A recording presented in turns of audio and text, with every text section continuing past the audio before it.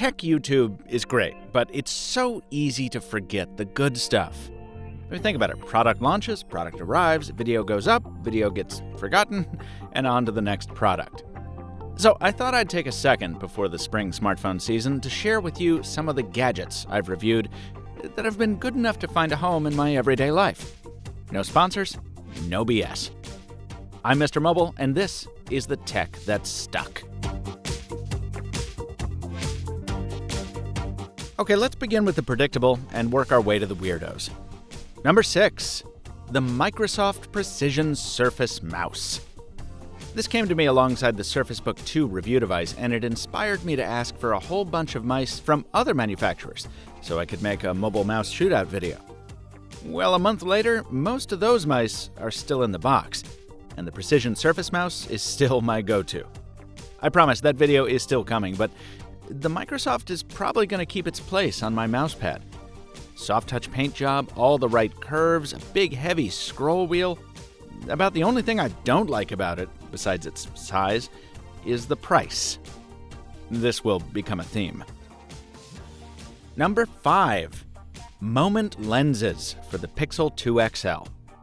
These guys have been back in headlines recently with their new anamorphic lens kit, but I'm still rolling with the glass I covered last year, and I break out these lenses all the time. The phone case is super ugly, and yeah, the lenses are big and heavy, but they're nowhere near as heavy as my studio camera.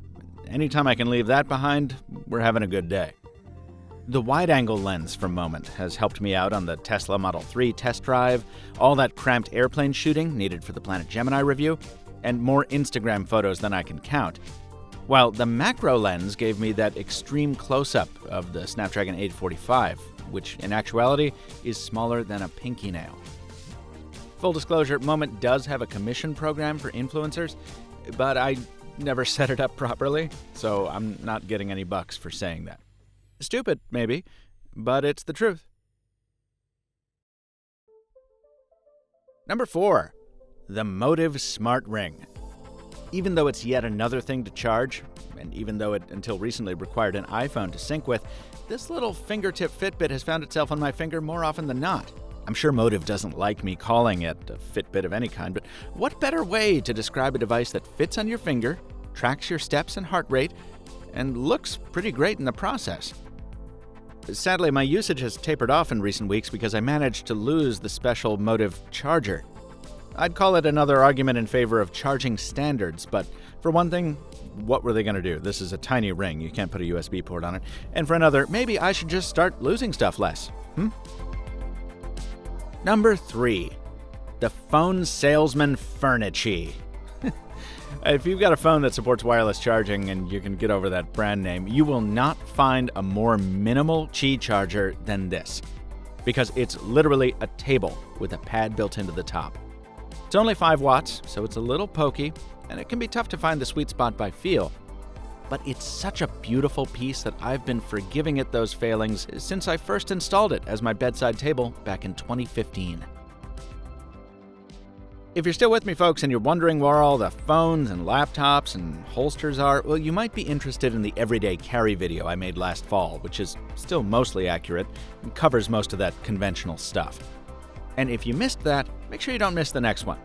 Subscribe to the MrMobile on YouTube.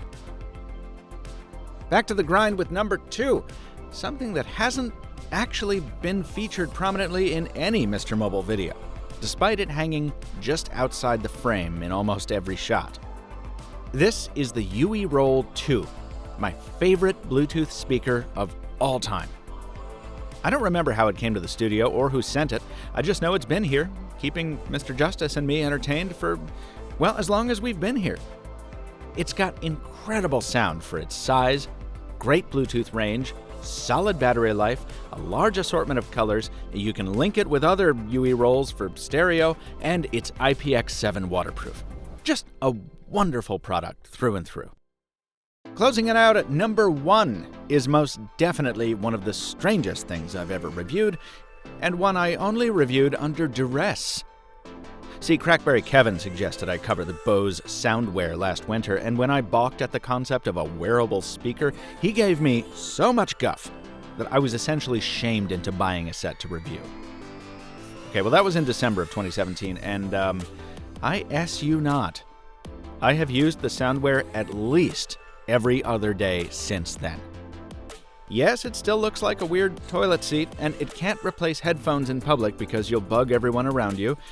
It's also expensive because, Bose. I said all this in the full review. But I also said that for a guy like me who's always on the move even when I'm at home, the SoundWhere is very convenient for flitting between rooms and going to the basement and back, doing laundry, going anywhere and never leaving my music behind, and never missing a doorbell or a shout from across the room because I'm not closed down and confined in some headphones.